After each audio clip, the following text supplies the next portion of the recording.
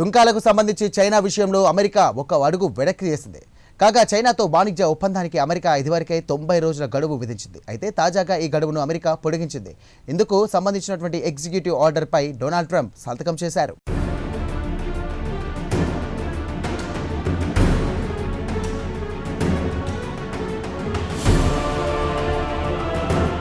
America ఎప్పుడే దేశం పట్ల ప్రేమ ఒలకబోస్తుందో, ఏ దేశంపై ఆగ్రహం వ్యక్తం చేస్తుందో ఎవ్వరూ చెప్పలేరు. రష్యా నుంచి చమురు కొనుగోలు చేస్తున్నారన్న కారణాన్ని చూపించి భారత్పై ఆగ్రహం వ్యక్తం చేసింది అమెరికా. సదరు ఆగ్రహం చల్లారక భారత్పై అదనంగా 25% సుంకాలు విధించింది. అప్పటికి కానీ ట్రంప్ మహాశయుడికి నిద్ర పట్టలేదు.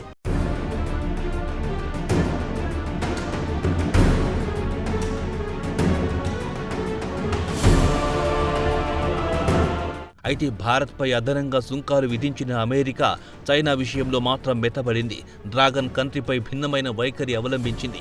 చైనాతో వాణిజ్య ఒప్పందానికి 90 రోజుల గడువు ప్రకటించారు అమెరికా అధ్యక్షుడు డొనాల్డ్ ట్రంప్. అంతేకాదు వాణిజ్య ఒప్పందానికి సంబంధించి చేసే చర్చల గడువును కూడా అమెరికా పొడిగించింది. దీంతో అవాక్కవ్వడం చైనా వంతయింది.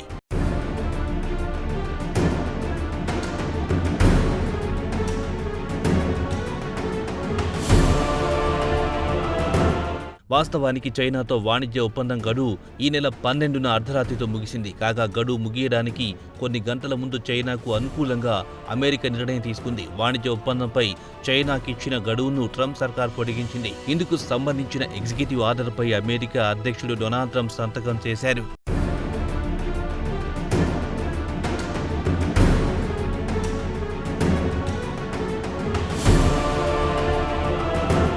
చైనాకు సంబంధించి అమెరికా తీసుకున్న నిర్ణయం ప్రపంచ దేశాలను నివేరపరిచింది. అంతకు ముందు సుంకాల విషయంలో అమెరికా చైనా మధ్య మాటల యుద్ధం జరిగింది.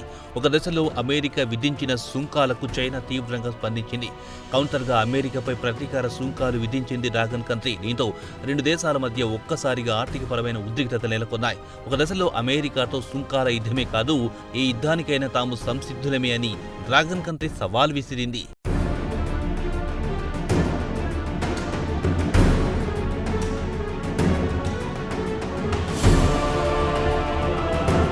అయితే కొన్ని రోజుల తర్వాత ఇటు చైనా అటు అమెరికా రెండు మెత్తబడ్డాయి. పోటాపోటీగా విధించుకున్న పరస్పర సుంకాలను రద్దు చేసుకున్నాయి.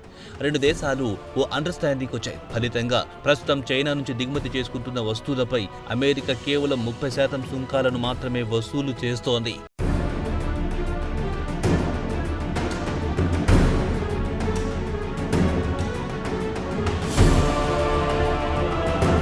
కాగా భారత్ సహా అనేక దేశాలపై అమెరికా ఇటీవల సుంకాలు విధించిన సంగతి తెలిసిందే. ఈ నేపథ్యంలో ఆయా దేశాలు అమెరికాతో వాణిజ్య ఒప్పందాలు చేసుకుంటున్నాయి. ఇది చైనా అమెరికా మధ్య ఇప్పటివరకు ఎటువంటి వాణిజ్య ఒప్పందం లేదు. ఈ నేపథ్యంలో కొన్ని అంశాల పట్ల ఉభయ దేశాలు ఏకాభిప్రాయానికి రాలేకపోయాయి. కాగా ఈ ఏడాది చివరిలో అమెరికా చైనా దేశాధినేతలు భేటీ కానున్నారు. కాగా తాజా విరామం వాణిజ్య ఒప్పందంపై చర్చలకు మార్గం సుగమం చేసే అవకాశాలున్నాయి.